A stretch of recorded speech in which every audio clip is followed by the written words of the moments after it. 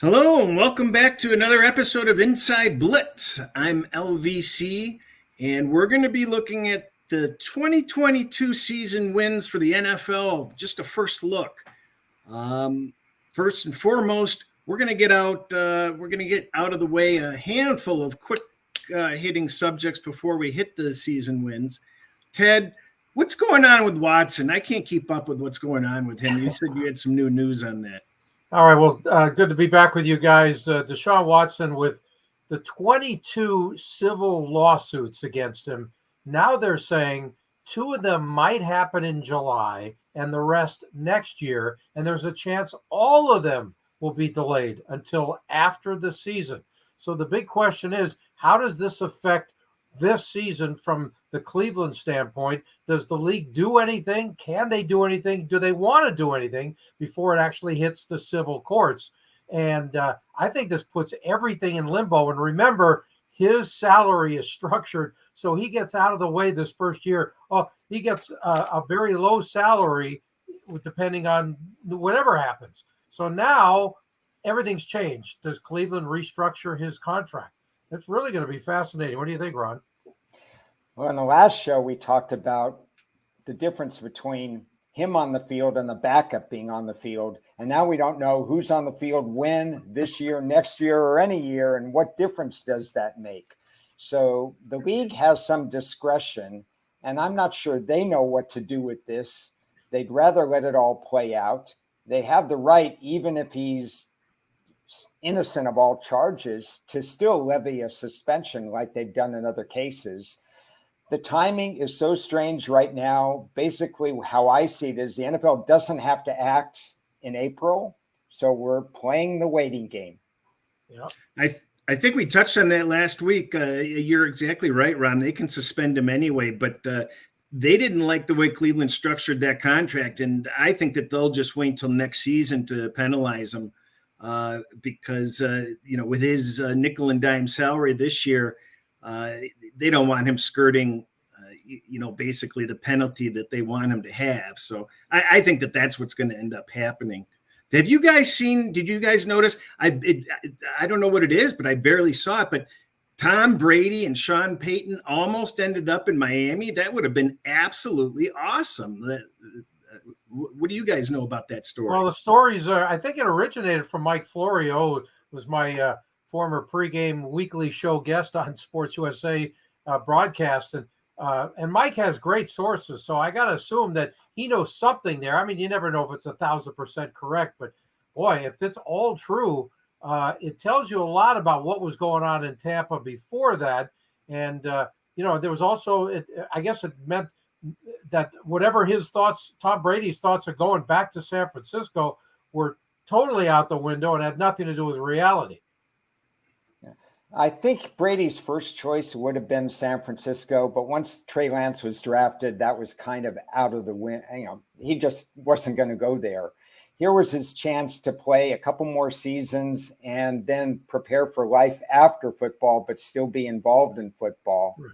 It would have been an interesting marriage all the way around, but things didn't work out for him, and he still wants to play. And now we found out that he still can pull a few strings and maybe throw a few more touchdown passes. And I guess it's all about the timing here too, Chris, of the Brian Flores lawsuit. That changed everything. So who knows? Speaking of San Francisco and marriage that you brought up, Ron, what's up with Debo Samuel? That blew my mind to see him pull everything off of social media. Seems to want to be the highest paid receiver. What kind of an update do you have on that? Well, I can tell you this, wide receivers have been vocal for 20 years, and they're even more vocal now. And the thing is, regardless of the fact that Debo Samuel is still under his rookie contract, he doesn't have any leverage. In a way, he does have leverage because he's an incredibly important person on that team, the most important person on that team. And you saw how they diversified the offense once he became a runner and a pass receiver. And they just spiked in wins, and they were one dropped interception away from playing in the Super Bowl. And Debo Samuel was the main reason for that. It's an impasse right now. I don't see it affecting the beginning of the 2022 season, but San Francisco's been put on alert. They better do this sooner rather than later. Does it matter who the quarterback is as far as who Debo Sam, how he fits into what they want to do? Because he's the kind of guy that, if you're a kid, you want to just get him the ball anyway, right? Like, here, you take it, do whatever you want with it. Yeah, absolutely. I agree with you, Ron. I think he's extremely important to that team. He and Kittle, are the standout players that they need to play. So I kind of feel sad for San Francisco. 2 years ago, they had, the team that should have been able to go all the way, and they got decimated with injuries. And then last year was a mess. They just seem to be getting all the bad breaks. Yeah, tough division to begin with. You need all hands on deck. And if you want to really downgrade your wide receiver group, then you trade Debo Samuel. They have no intention of doing that. Yeah, the last 2 years, it's San Francisco and Baltimore way above everybody as far as key injuries go. Hey, what are you going to do? Part of the ball game. Now they got to figure out what they're going to do with their quarterback situation. Good luck with that, Jimmy G. Who knows? Last week we talked a little bit, or last time we talked a little bit about the USFL, and now they threw us another curveball. They're actually finally doing what we talked about 5 years ago, put a darn chip in the ball and quit having these old fogies carry out the sticks to, figure out where the ball belongs. What do you guys think about a chip in the ball? I like it if it works. Is the chip on the end of the ball or is it in the middle of the ball? That's what I want to know how it works. I think from what I think the way that it would work best is one chip at each end of the ball. Now, I don't have an answer for this. Was it football or was it basketball where the scoreboard kind of lights up when time is out or when somebody crosses the goal line in college? There was some league that was experimenting with that. Some sort of device that tells you you're in the end zone or you're not in the end zone would be nice. Well, basketball and hockey now, like on the backboard or behind the goal, it always turns red when the clock runs out. So they can always do a quick hitter as far as a picture is concerned if they ever need that. And they say, hey, the light came on before the clock, before the shot or whatever, that kind of a thing. So if they can do that, what they've been doing in tennis for the last decade, this should be easy stuff. I think it's long overdue. I think it's going to work, hopefully, and I think the NCAA will be the winners, because if it works for the USFL, I think the NCAA will be the first to use it ahead of the NFL. Yeah, but that poor guy who holds the chains, he's going to be out of work. I feel. Yeah. All right. Before we get season wins, we have to address the elephant in the room. There's been a lot of free agency going on. Ron, you've got some free agency winners and losers, correct? That is correct. There are some teams that upgraded. It's not just three, but for me, these were the three that upgraded the most. If you look at Vegas, offensively and defensively, they have literally added 7 or 8 starters as it stands right now. A couple of linebackers, a defensive lineman, one upgrade, I think, on the offensive line. Obviously, wide receiver Adams adds a lot.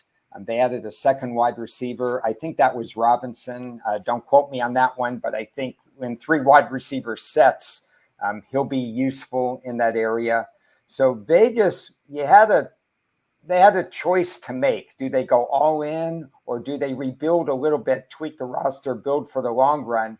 And, the arms race in the AFC West is incredible. And Vegas wants to play right now.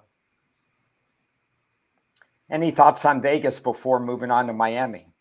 Well, I love what Vegas has done as well, but what are your thoughts on the coaching change and how that fits? If you take out the interim, you had Gruden, who was up and down. There was just no consistency. So we'll see how this goes. I'm not sure about the chemistry. I think Derek Carr can work with anybody.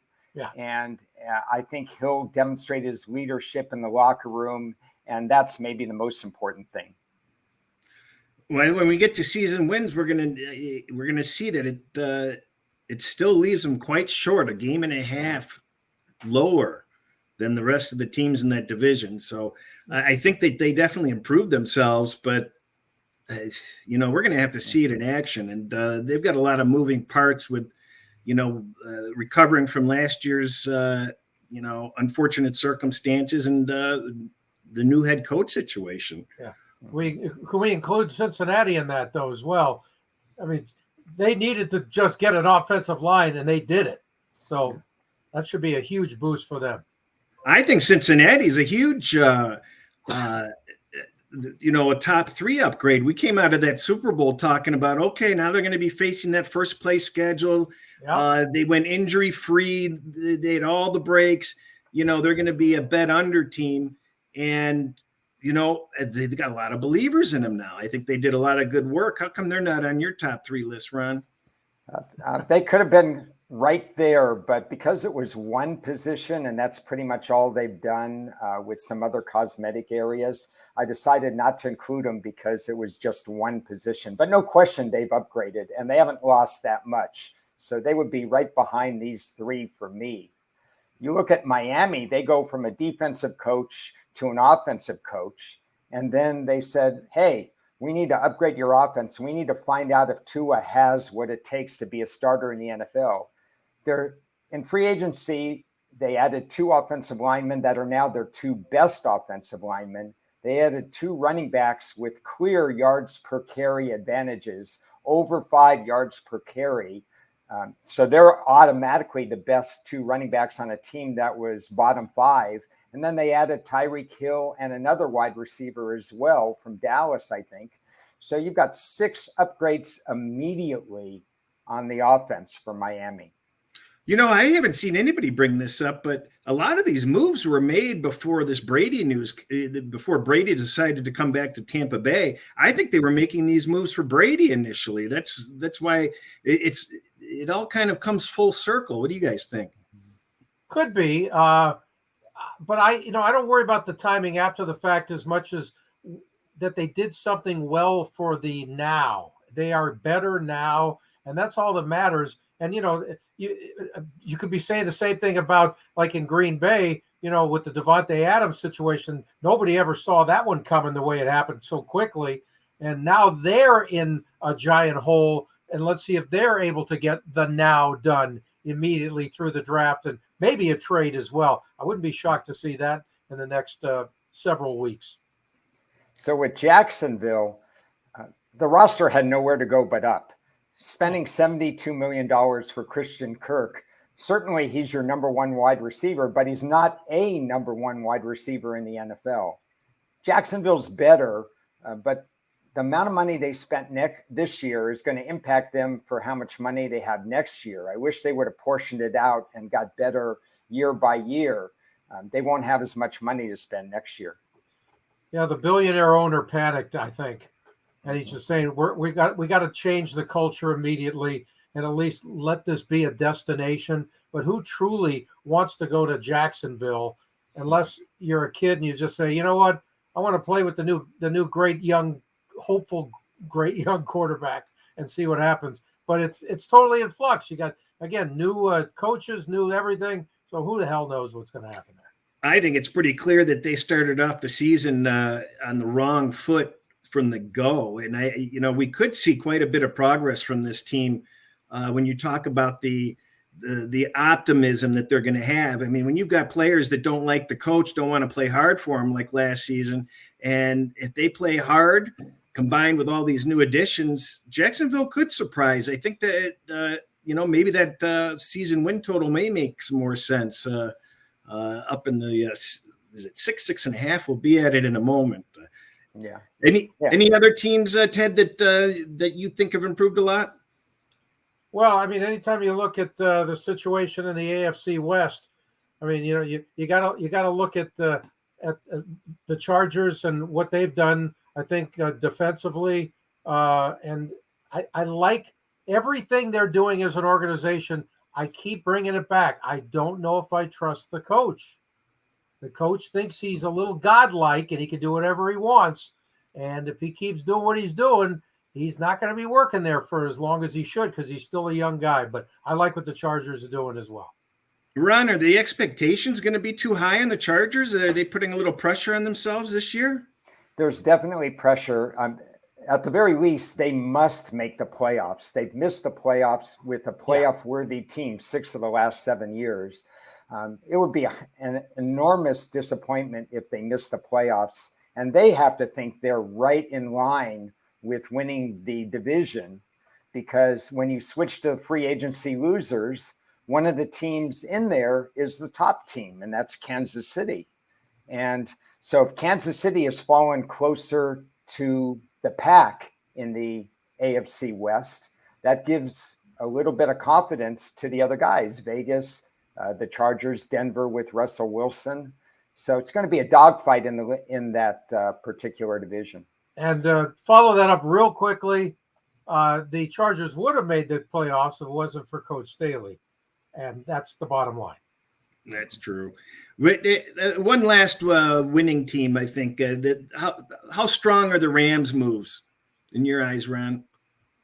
I don't have it quite in front of me, but I think they've added, as usual, top-heavy talent, Hall of Fame talent, and Bobby Wagner. Allen Robinson, might exceed all expectations because he could be better than Beckham as far as consistency level, and Woods, he's right there. But there were a lot of losses, too, that outweigh the 2 games, including losing, who was it, Von Miller, even though they had him half a year, but he contributed to the Super Bowl. And they lost their stalwart at left tackle. So there are losses, right, that affect the roster, but obviously adding 2 potential superstars is great. Even though they're not exact same position, can't you say it's sort of a 50-50 switcheroo there for Von Miller and Bobby Wagner, though? They both add something special to the table. Oh, absolute leadership for sure for Wagner. Yeah. I would probably say 55 Von Miller. The loss is more than Bobby Wagner at this point in his career. And because Von Miller impacts, negative plays really have an effect in terms of getting possession of the ball. The more possessions, the more points you could score. Yeah. Well, on that note, I'll just mention, I think Denver, they picked up Wilson. There's optimism there, but we're going to have to see that in action. And Indianapolis seemed to have saved their season a little bit by making a few moves. But I still think that they have a lot to overcome there. So we're going to have to see there. Ron's free agency losers. Go ahead, run with them, Ron. Okay, we'll go quickly through these, and then I'll get your comments.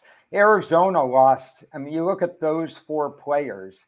They have added no one of the caliber of those 4 players. So they lose one of their 2 running backs. They lose their number 2 receiver. They lose, an all-time sacker in Chandler Jones. They lose a steady linebacker.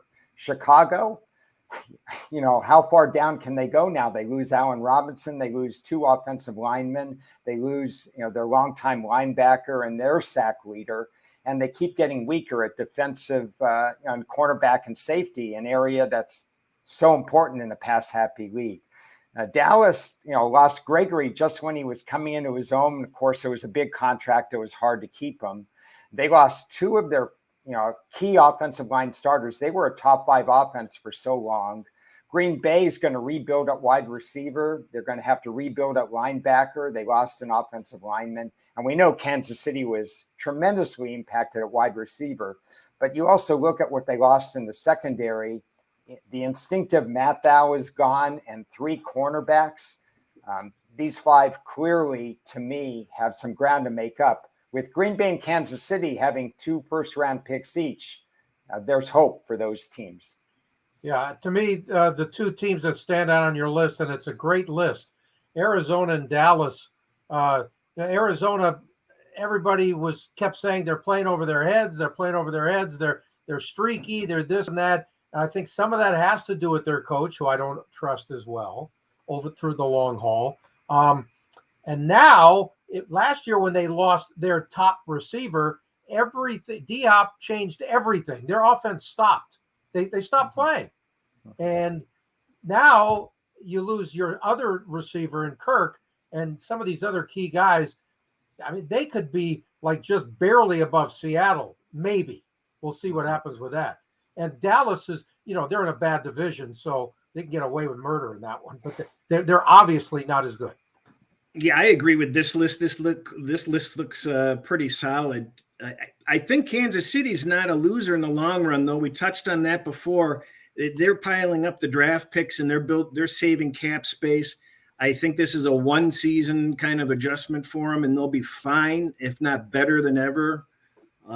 Fast. I can't help but notice that Atlanta's not on this list. Atlanta's really hitting the floorboards. Are they still in the league? They didn't have a lot of great players to lose, but there's a downgraded quarterback. Well, that's the higher percentage of talent's gone. They didn't have any to start with. Yeah. Well, they were always hurt anyway the last 3 years. So, I mean, they've just been an also-ran and a forgotten team, really. Let's get to the NFL season wins. I really haven't even looked at any of these. Ted, you haven't even seen them at all, right? No. But I do. I'm always interested because, when the beginning of the year, even before the actual schedules are out, you come up with these numbers, and Ron and I used to study the hell out of this as early as possible. And then thinking, wow, well, if that schedule is anything like that number, we're going to be in great shape. But then you don't know, because a lot of times, how many years, every year, it's always, unfortunately, this game landed on this week, and this is a short week, and this is a 3-game road trip, and all that kind of stuff comes into play. Well, that Arizona 9 seems pretty high all of a sudden, doesn't it? Yes, it does. I'm really worried about them. Yeah, did they overachieve last year? Or did the loss of Hopkins prevent them from winning the division and being even better? It's my opinion, and Ted touched upon this, they have the talent. They've drafted well. I really like their GM, and he has a track record over time. He knows what kind of athletes to give the coaching staff. My problem is they can't coach correctly defensively. They let up too many points with the talent that they have, with the amount of sacks that they get. It just doesn't pan out. It has to be coaching. So I think they have the talent to win 9 or 10 games, but it's a tough division. It's going to be a tough schedule playing against the AFC West, and I just don't trust their coaching staff. Tough division, not counting Seattle, who's at 6 now. I mean, that's hard to believe. And I'm even questioning 6. I'm thinking the U is already on 6. I don't know about Seattle. I think Seattle, when you look back at the one-score games that they lost and a lot of variables from last year with the heavy injuries, if they can fill in the right pieces, and I actually dislike Seattle for some reason, but they could be sneaky better than you think they are, in my opinion. Do you think they have any hope? Room for that at 6, right? I have to do a deeper dive on Seattle. Typically, they go sideways in the draft, doing things that you never would expect. So I'm not going to pretend that they're going to get incrementally better in the draft, even though they hold a top 10 pick this year.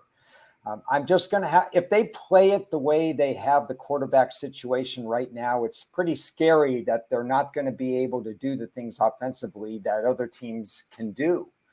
But they'd still have 2 top wide receivers. And I do think Pete Carroll coaches the team up above their talent level, but their talent level is a little low right now. I haven't done a deep enough dive. 6 is a low number with 9 home games and 17 game schedule. Well, I'm looking at a 5.5. Let me make a couple of notes here. We didn't announce that these are the DraftKings lines that we're looking at. And then we've got Ron has put there with the last season's win total were. So that's kind of nice to have. I actually have the draft or the FanDuel lines written down, and I like what FanDuel did because they put all of them on the half, so that you don't have to sit there and go the whole season and push. I think it's idiotic for these casinos to be releasing solid numbers. I think it's just dumb. Change the money line. People are smart enough to figure it out. Yeah, a couple other notes I'd like to say. You have to shop these season wins. Most of the shops don't have these numbers out yet. There's no rush to do these. Sure, they're going to move a little bit before the draft and after the draft, but they're not going to move monumentally. So it's better to have your ducks in a row, shop your lines, let a little time go by, and you know. What, Ron? What do you value a half a win? I think it's about 50 to 60 cents, or is it higher than that? It's 60 cents. You are absolutely correct.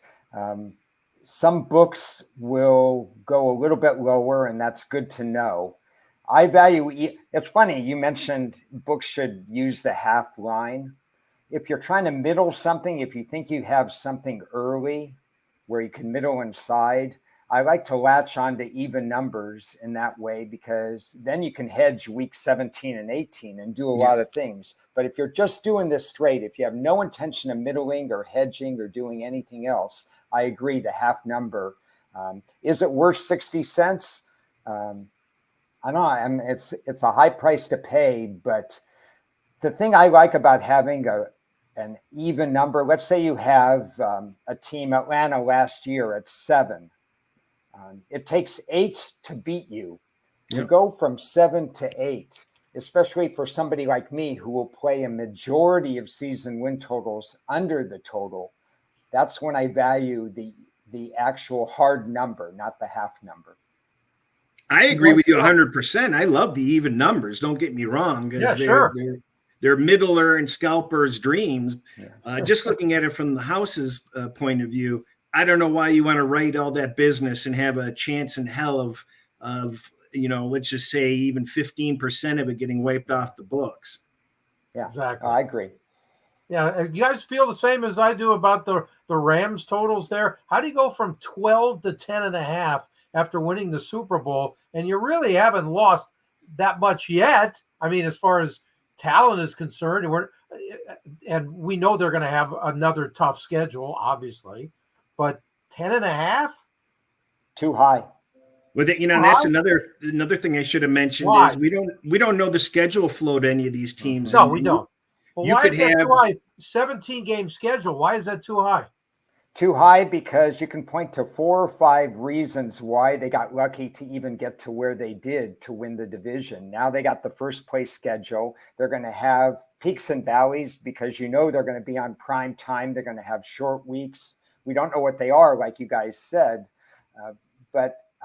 and injuries. You can't forecast injuries, but Ram injuries would be more important than other team injuries because they're top heavy with superstars, and then talent behind them is a little bit less because of the salary cap. Well, I agree with everything you said, but there's one thing we talked about before. You got 2 teams here that we all feel are not going to be as good as last year. That's Arizona and Seattle in their division. To me, that's at least another win and a half for them. Yeah. We'll have to flesh this out. FanDuel has an interesting line on that. They've got Seattle 5.5 over 30. So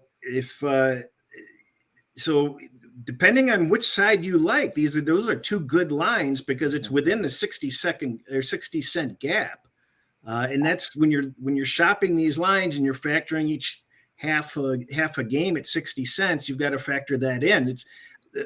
There's going to be a lot of places, or at least a couple places like Circa, that are going to offer alternate high lines and offer alternate low lines, and those are a lot of fun. I did those with the Redskins last year. And you can get plus money, going against yourself. You can lay extra juice helping yourself out. And there's just a lot of different ways to attack these.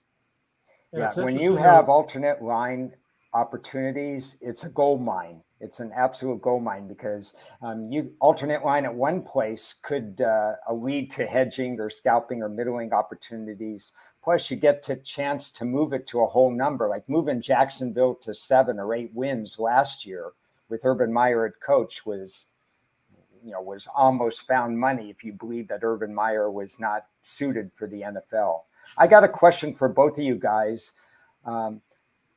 and it's kind of an either or. Would you rather have the Atlanta Falcons with Matt Ryan at 7 or 7.5 wins, coming off a 7-win season and now having an extra home game?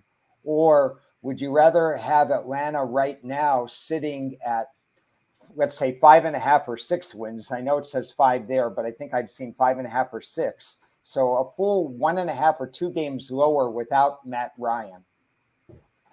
Huh, interesting. Well, look, Matt Ryan's going to be a major loss for them, even though he has not been the quality high-end guy the last few years. But it wasn't just Matt Ryan, because they've had their receivers issues, they've had injuries, they're getting old. I mean, this team needs to be rebuilt, so it's not just a Matt Ryan thing anymore. And he didn't mean that much to them in the win column anyway. So I think that's a little overrated. If it was 3 years ago, I would agree with what Matt Ryan meant to the team. Now, I think it's just a normal transition, rebuilding time. Yeah, I'm just checking, comparing the lines here. FanDuel has a 4.5 on Atlanta. See, it's all changed. It's all changed, because I think I saw an opening of 5.5, maybe even 6. I'm telling you, if Matt Ryan was there, you would have seen a 7 or 7.5, and it's what could have been, but that would have been my biggest under. Okay, you talked about shopping. Can we get 4.5 and 6 anywhere, folks? 6 is gone. No, yeah, you're not going to find that. Can you squeeze one in there somewhere? Yeah, lay 300. So yeah, ignore this Atlanta number's no good. And the reason it isn't updated is because they actually had it off the board. So, okay. So that's no bueno. Any other team, that you want to touch before moving on? I know it's a little early. Buffalo Bills at 11.5. I mean, we're talking about now one of the absolute elite teams in an absolutely below average division. So, that are they ready to make that next step? And okay, we're good enough now. Let's do it. Okay, I don't play many season win overs, so it's not in my consideration. But if I did, I think Buffalo starts the season as a slight favorite for the Super Bowl. Yep, I agree.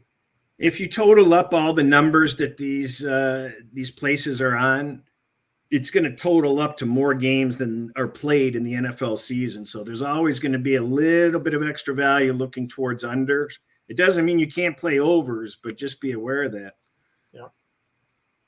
Yeah. I think, there's our first look at season wins. Personally, I'm not doing anything. I know you're not doing anything yet on them.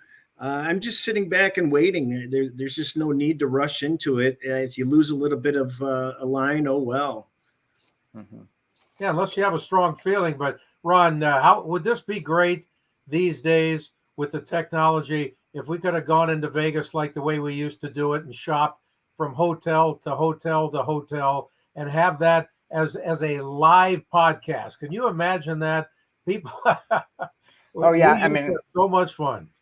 Well, Ted and I, we live in California, so we could shop all we want, but all we're going to get is clothes right now. We're not going to get season win totals.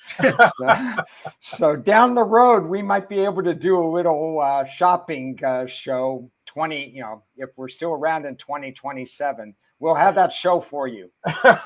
I'm talking about the Vegas shopping, as you know, of course. Yeah.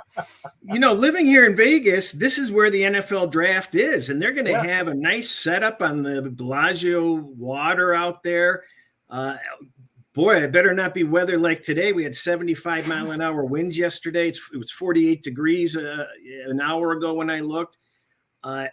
The disappointing thing here is the casinos don't have draft props up. We thought, that we'd be buried in draft props. They're not up. There's very few draft props available.